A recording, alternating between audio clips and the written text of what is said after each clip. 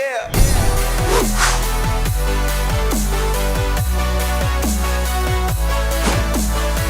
Welcome back to the Gridiron Expert, back here at GEHQ, a place where we hope to stay until the end of the season. So it feels so good to be back, and it feels so good to be bringing you our second set of top 25 rankings, the GE top 25, going into week 14 of this college football season. And if you guys remember, for 12 weeks, we sat down and analyzed the AP Top 25 poll every single Monday. We looked at what the Associated Press put out there, and we told you whether or not we agreed, whether we disagreed, whether it was just right. We looked at those rankings every week, and now, every Monday until Selection Sunday on December 20th, we will be bringing you our own set of rankings. A rankings that is completely different from the AP poll, and certainly is very different from the College Football Playoff Committee's poll that they will release every Tuesday night. So we've got a lot to break down here. The changes we are going to talk about, the teams we are going to talk about here are based on our rankings last week. Any shifts that we talk about are based on our rankings that we put out last Monday, not what the Playoff Committee put out. And we know how bad those were. We'll talk on that here in a little bit. And again, a lot of factors went into these rankings. We took into account head-to-head results. They don't always play a factor, but we did take those into account. Strength of schedule, quality of the victory. Was it at home? Was it on the road? Margin of victory. So many factors going into play here for these rankings, and we're here to share them with you right now. So let's go ahead and start over here in this first column, the top 10. I know that's one, really the most important column, I would say, for a lot of people. Our top two teams did not change. Alabama at 1, Notre Dame at 2. And how could they change, really? Alabama took down Auburn in the Iron Bowl 42-13. Brilliant performance from Mac Jones. And keep in mind, the Crimson Tide doing that without Nick Saban on the sideline. So Alabama remains at 1 and will remain there until really proven otherwise. Notre Dame staying in at number 2 after an impressive road victory at North Carolina, where they held the Tar Heels to under 300 yards of total offense. So Notre Dame at number 2, they're a legitimate team. Their defense, unbelievable. Their offense, extremely balanced and efficient. The Fighting Irish more than likely going to finish the season undefeated, as they only have Syracuse and Wake Forest left on their schedule before the ACC championship game. So Alabama, Notre Dame, can't dispute those. Clemson, we have moving up to 1 spot to number 3. I know they were 3rd in the initial set of playoff rankings last week. We had them at 4th. We now have them moving up 1 to 3rd after their dominant performance against Pittsburgh. 52-17 over the Panthers. They were up 31-0 at the end of the first quarter, and we all know an angry Pittsburgh, an angry Clemson, one that you really make mad when you really, for lack of better words, piss off Dabo Swinney. You are in for a rough day. And Pittsburgh was like that. They didn't make them mad, but Florida State did. So Pittsburgh had to deal with Clemson's wrath thanks to Florida State and what they did the week prior by canceling their game against the Tigers. So Clemson taking easy care of business in Death Valley against the Panthers. Trevor Lawrence was back, threw for over 400 yards. Obviously, Clemson a completely different team when he is under center. When you have the best quarterback in the country, that's bound to happen. So Clemson up 1 to number 3. Ohio State dropping just 1 to number 4. No really punishment there. We just dropped them 1. We felt Clemson, their performance was very, very impressive. The Buckeyes, as we know, did not play. Their game against Illinois canceled this last weekend. And that's crucial, and we'll talk more about it later in the week, but crucial because if Ohio State has one more game canceled this season, they will not be eligible for the Big Ten championship game. So that was a really big deal that their game against the Fighting Illini could not be played. So the top 4 is what the top 4 was last week based on the committee. The committee's top 4 looks like our top 4 now. And I really don't think you can dispute that. You can maybe dispute having Florida in at number 5 and A&M in at number 6. A few weeks ago, I said I thought Florida deserved to be above Texas A&M, even though Texas A&M defeated the Gators earlier this year in College Station. I get that. I understand the head-to-head result. In theory, Texas A&M should be above the Gators. But after watching both teams play this past Saturday, I felt comfortable moving Florida up one spot and dropping A&M one spot, basically switching spots and putting the Gators above the Aggies. You look at Florida. They beat Kentucky 34-10. I know Kentucky's no powerhouse. I know they've been a major disappointment this year. But like Clemson, with Trevor Lawrence, a completely different team with him under center, Florida is a completely different team when they have Kyle Pitts playing. Kyle Pitts, the best tight end in all of college football. Kyle Trask, their quarterback, threw for 256 yards and 3 touchdowns, all of them going to Kyle Pitts. And the defense for Florida is what we criticized last week against Vanderbilt. They stepped up. They forced 3 turnovers against Kentucky and held the Wildcats to 221 total yards.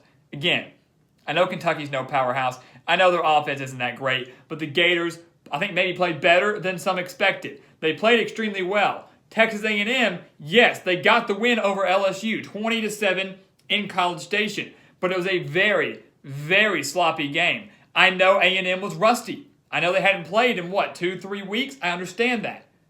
But my problem with Texas A&M right now is the lack and really poor production from Kellen Mond. As the analysts were talking in that game on Saturday night, Kellen Mond is a veteran quarterback for Texas A&M.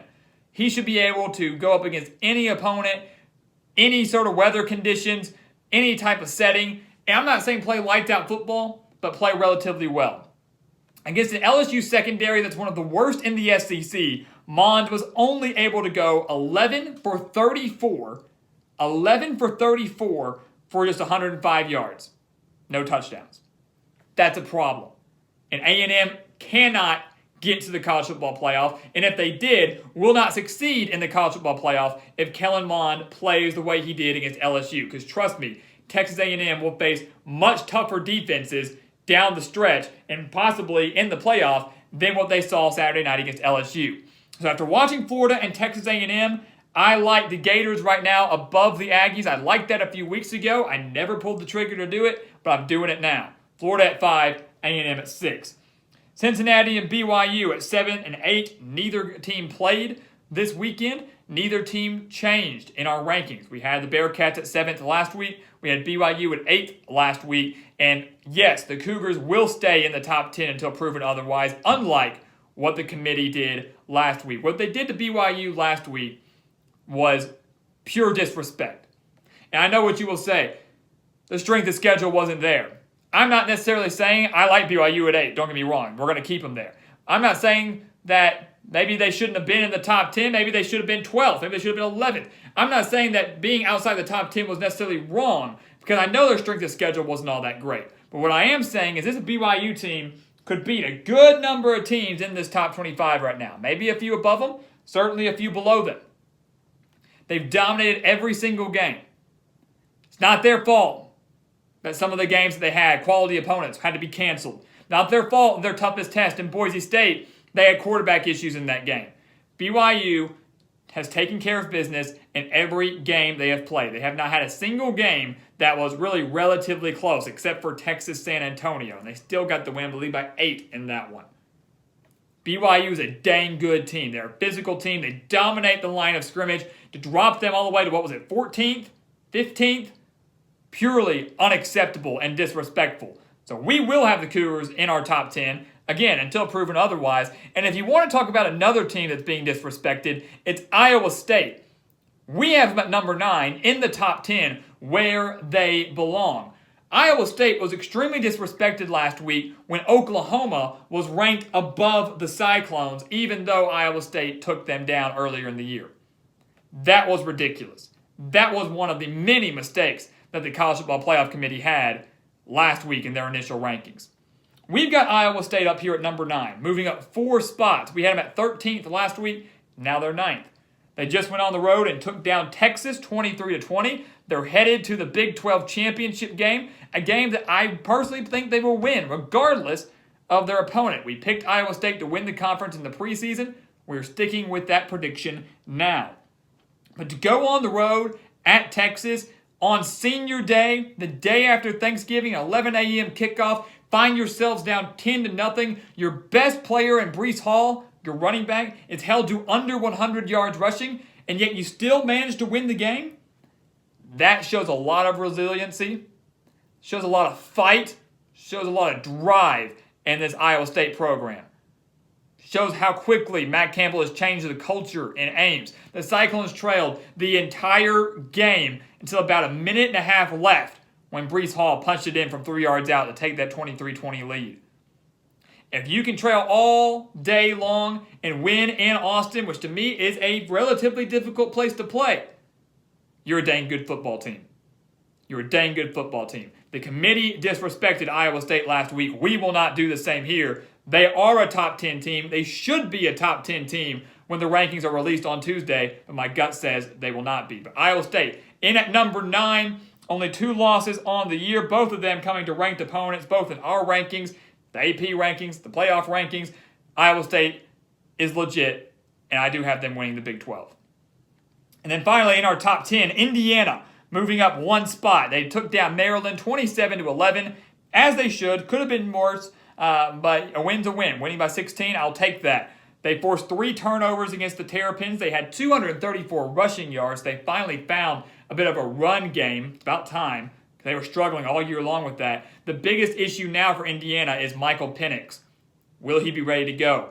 Michael Penix getting a lower leg injury in that game against Maryland. We don't know his status as of right now. Indiana, a big game against Wisconsin coming up this Saturday, assuming it can be played, and they're definitely going to need Michael Penix in that one. If he doesn't play, Indiana will certainly have to rely on their defense, one that has been one of, if not the best, in the entire Big Ten this year. So an interesting storyline to watch and monitor as we continue throughout this week, as we continue to get closer to all the games in Week 14, but the Hoosiers certainly a top 10 team in my eyes, and we have them there rounding out our top 10. Let's move over to the second column here. We'll breeze through a little bit quicker. Miami, we have moving up. Because of all the shifts, some losses, and all the shifts we have above here, teams just kind of slowly work their way up the ladder in our rankings. So Miami, moving up 1 spot despite not playing this past weekend. They will play at Duke, or supposed to play at Duke at least, this Saturday. It's been 2 weeks since we've last seen the Hurricanes in action. Oklahoma, having moved up 1 spot in our rankings. They also did not play this last weekend. Their game against West Virginia canceled. Oklahoma will host Baylor this Saturday, will then travel to Morgantown the week after to make up that game against the Mountaineers. So Oklahoma moving up to spot number 12, one of the hottest teams in the country right now. Might be the team that Iowa State faces in the Big 12 championship game. Georgia, we have them moving up 2, up to number 13. They just took down South Carolina 45-16, and everybody praised JT Daniels for the job he did last week against Mississippi State. Great performance, yet Georgia could not find a run game, and their defense was not playing very well. Well, now, in this game against South Carolina, JT Daniels did not play very well, just 139 yards and 2 touchdowns. Georgia's running game and defense showed up. The run game putting up 332 rushing yards, and Georgia taking care of business against a South Carolina team that really is falling apart. Fired Will Muschamp, season is lost. They're just trying to get to this offseason, and then they can begin the rebuild. But Georgia in at 13, where they belong, certainly not number 9 like the committee had them last week. To put a 2-loss Georgia team in the top 10 was ridiculous. It was embarrassing. I mean, your 2 biggest games against Alabama and Florida, you get blown out in them. You've been inconsistent on offense all year long, and we're going to put you in at number 9 because you beat a struggling Mississippi State team by 7 at home? Didn't make any sense to me. That was one of the wildest things I saw from the rankings last week. Again, one of the many mistakes that they made. Georgia, not a top 10 team in my eyes. Top 15 for sure, but certainly not top 10. 13th for the Bulldogs. Coastal Carolina, they moved up 2 spots to number 14 in our rankings. They're 9-0. Just took down Texas State 49-14. They racked up 406 rushing yards against the Bobcats. And the thing that has impressed me the most from Coastal Carolina this year is not the fact they're just 9-0, but they don't play down to their opponents. Coastal Carolina has won basically every single game I've watched relatively comfortably. The Appalachian State game maybe was an exception. The Louisiana game, an exception. But you look at Coastal Carolina, they dominate from start to finish. They don't play down to their opponents. They take care of business. They are very similar to me to BYU and the way they play football and the way they have played this year. So Coastal Carolina, the Chanticleers are absolutely a real deal, and they're going to have a big, big test. Their undefeated record on the line this Saturday when they face off against Liberty. It's going to be one of the must-see games of the weekend. Coastal Carolina in at 14. Marshall in at 15, moving up 2 spots. They also did not play this last weekend. They have not played in 2 weeks.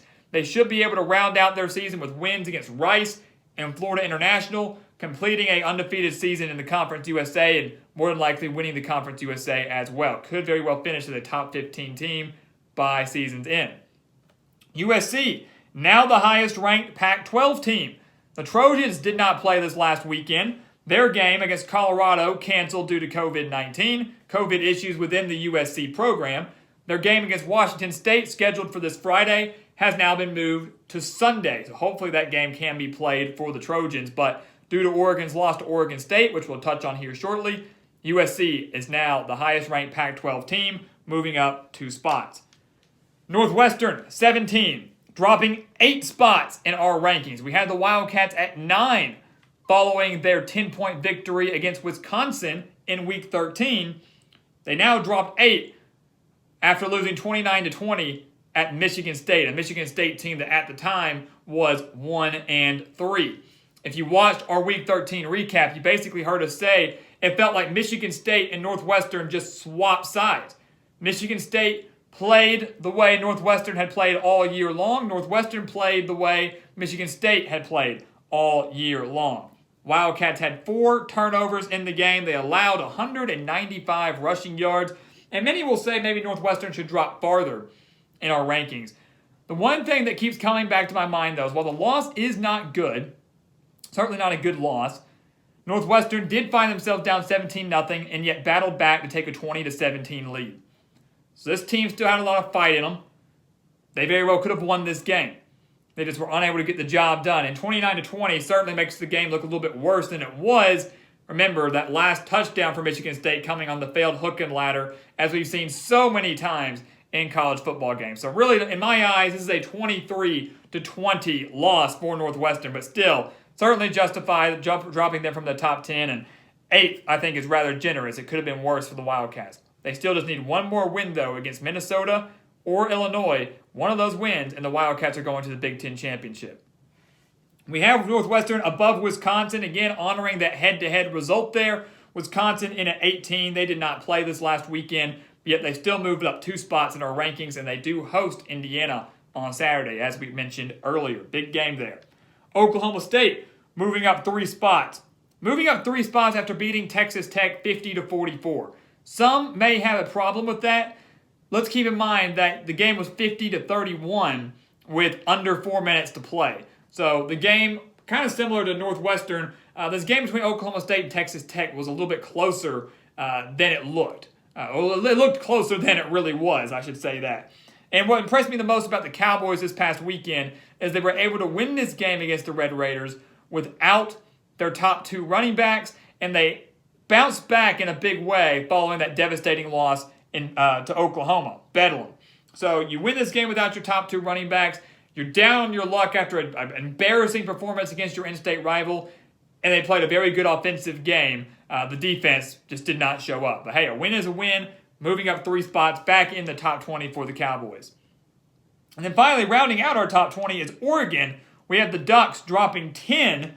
They're the ones that dropped the most in our rankings. Oregon losing to Oregon State 41-38 last Friday night. They allowed 532 yards to the Beavers for a team that was supposed to have one of the best, if not the best, defense in the conference, for a team that was the Pac-12 favorite to lose at Oregon State 41-38 and not have any answer for Jamar Jefferson, the running back for the Beavers. That's a problem.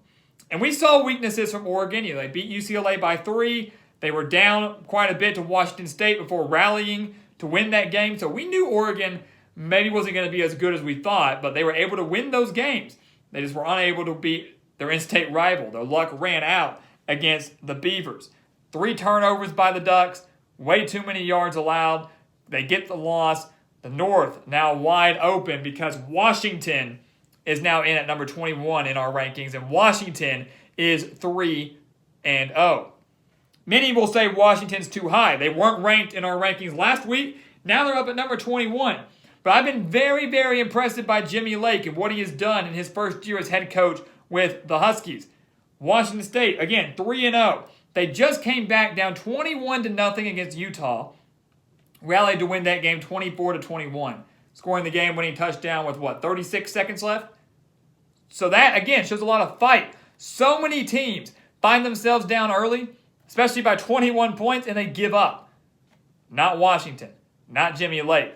They're 3-0, and that win over Oregon State in their season opener looks a lot better now that the Beavers have taken down what was, in our eyes, a top 10 Oregon team, what was in the committee's eyes, a top 15 Oregon team. Either way, the win is impressive. The comeback win is impressive. Washington is legit. I think they're exceeding expectations in year one under Lake. And again, they can very well win the North. Oregon's already got a loss. Washington's on top of that division right now. Better watch out for the Huskies. If they take down Oregon in that season finale, they're going to be in the Pac-12 championship game, and not the Ducks, who everybody thought would be before the season started. Tulsa in at number 22, moving up one spot in our rankings. They did not play this last weekend. They have a game at Navy on Saturday, and then they host Cincinnati in that season finale. That could be the first of two meetings in a row against the Bearcats, as they could very well meet in the American Athletic Conference Championship game. But the Golden Hurricane, still a top 25 team, still a threat, and could very well ruin Cincinnati's playoff hopes, something you want to keep your eye on in the following weeks. Louisiana in at 23, up one spot in our rankings, taking down Louisiana Monroe 70-20, as they should, as we expected. They play Appalachian State on Friday, a rematch of last year's Sun Belt Conference Championship game. Usually, what many thought would be the Sun Belt Conference Championship this year, but that is going to be Coastal Carolina and Louisiana now. So, still a big game for the Raging Cajuns. Want to rack up as many wins, continue that historic run under Billy Napier, who very well could take the South Carolina head coaching job. Who knows? Time will tell. But a big game for them coming up on Friday. Louisiana in at 23. And two newcomers rounding out our top 25. Liberty in at 24. They weren't ranked last week. They are now. They're not ranked 24th because they beat UMass 45-0. They're ranked 24th because of everything they did prior to that. The win against Virginia Tech. The win against Syracuse. The narrow loss to North Carolina State. The 24th, they're a dang good football team, and we're going to see a dang good football game this Saturday when they take on Coastal Carolina. What we have is the 14th ranked team versus the 24th ranked team. And Iowa coming in at 25. This was a toss-up for me. I struggled whether I was going to rank Iowa at 25 or Texas at 25. We had Texas in at 19th. So that narrow loss to Iowa State, we would have had them dropping 6. But I went ahead and put the Hawkeyes in there because that 4-game winning streak is hard to ignore. You can't overlook that 4-game winning streak from the Hawkeyes. And that win over Michigan State, a win where they defeated the Spartans by 42, is looking pretty dang good right now after Michigan State just took down Northwestern. I was not impressed at all by Iowa's performance against Nebraska on Friday, only beating the Cornhuskers 26-20 by 6 points. But their defense came through clutch when they needed it the most, getting interception on that final drive.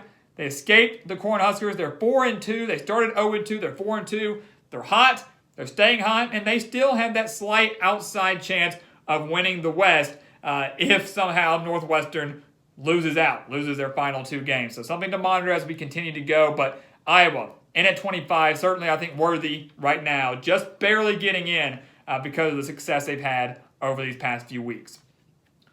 So there you have it, guys, our new GE Top 25 going into Week 14 of this college football season. Make sure you leave all your comments down below. What do you agree with? What do you disagree with? Who's ranked too high? Who's ranked too low? Who's ranked that shouldn't be? Who's not ranked that should be? We want to hear from you down in the comments. You've heard us agree and disagree all year long. Now it's your turn to share your thoughts.